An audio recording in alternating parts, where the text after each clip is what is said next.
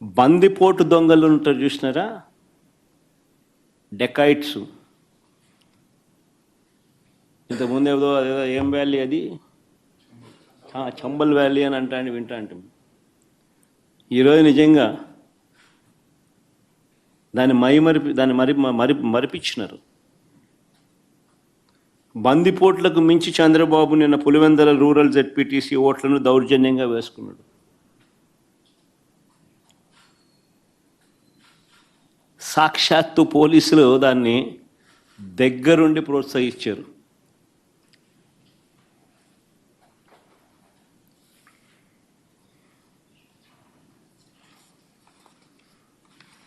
నేను చంద్రబాబు గారిని ఛాలెంజ్ చేస్తా ఉన్నా, అయ్యా చంద్రబాబు గారు, మీ పరిపాలన మీద నీకు నమ్మకం ఉంటే,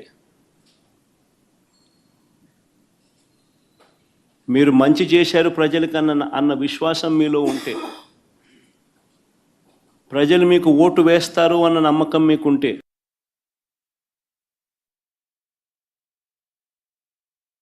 ప్రజాస్వామ్యబద్ధంగా సెంట్రల్ ఫోర్సెస్ను దింపండి. సెంట్రల్ ఫోర్సెస్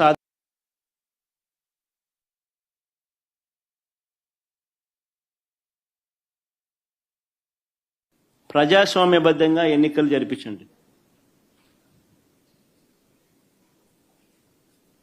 నీకు ఆ నమ్మకం లేదు కాబట్టి, మీరు ప్రజలకు చేసిన మంచి ఏది లేదు కాబట్టి, సూపర్ 6 సూపర్ 7 అన్నింటా మీరు మోసమే చేశారు కాబట్టి, మీ పాలన అంతా కూడా రాక్షస పాలన కాబట్టి, ప్రజలు మీకు ఓట్లేసే పరిస్థితి లేదు కాబట్టి ఇంత విచ్చలవిడిగా ప్రజాస్వామ్యాన్ని కూని చేస్తూ ఉన్నారు. నేను అడుగుతా ఉన్న చంద్రబాబు నాయుడును, ప్రతి బూతుకు సంబంధించిన వెబ్ కాస్టింగ్ను వైఎస్ఆర్సీపీ అభ్యర్థులకు ఇచ్చే ధైర్యం మీకుందా అని అడుగుతా ఉన్నా.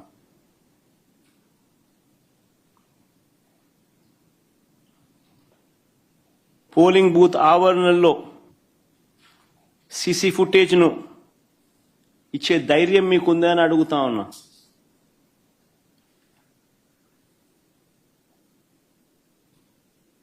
ఎవరెవరు బయట నుంచి వచ్చి ఎలా ఓటేశారో, ఎలా బూతులను ఆక్రమించుకున్నారో, ఆ ఆక్రమించుకుంది ఎవరో కూడా గుర్తించి కొన్ని ఉదాహరణలు కూడా మీకు చూపిస్తాం. ఇలాంటి అడ్డగోలు రాజకీయాలు చేసే నాయకుడిని లీడర్ అనరు, మాబ్స్టర్ అంటారు, లేదా ఫ్రాడ్స్టర్ అంటారు.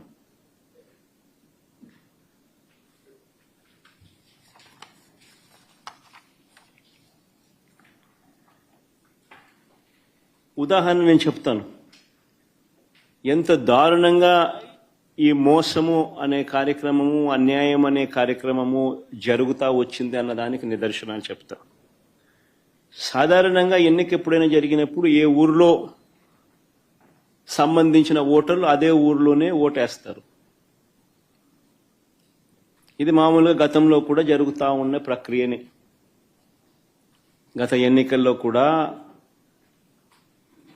ఈరోజు ఏదైతే బూతులు ఏదైతే ఉన్నాయో, ఓటర్లు ఏదైతే ఉన్నారో, ఊర్లు ఏవైతే ఉన్నారో, ఆ ఊర్లకు సంబంధించిన ఓటర్లు ఆయా ఊర్లలోనే, వారి ఊర్లలోనే గతంలో కూడా ఓట్లు వేస్తా వస్తున్నారు. ఇది